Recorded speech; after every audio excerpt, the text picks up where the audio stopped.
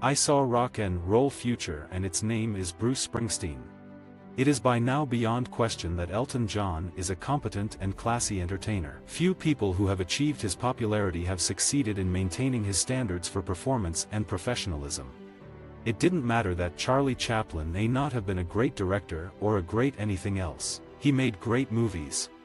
Bob Dylan may be the Charlie Chaplin of rock and roll. Both men are regarded as geniuses by their entire audience. Both were proclaimed revolutionaries for their early work and subjected to exhaustive attack when later works were thought to be inferior. Both developed their art without so much as a nodding glance toward their peers.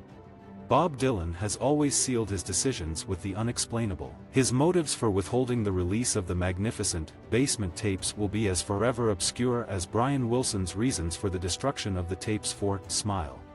Since her landmark, Tapestry, Carole King has both oversimplified and over-elaborated that masterful album style until her music has become something more overtly but less effectively personal. Elton John can be a master of the sleight of hand. The arrangements make it seem like there are substantial melodies underneath the tracks, but almost nothing demands repeated listenings. Similarly, he always sounds like he's singing up a storm, but his voice glosses over the material, reducing most things to an uninteresting sameness. What makes the Stones' arrogance so divine is that we all believe that long ago and far away they weren't rich and famous but poor and struggling, just like us. As long as Elton John can bring forth one performance per album on the order of "Someone Saved My Life Tonight," the chance remains that he will become something more than the great entertainer he already is and go on to make a lasting contribution to rock.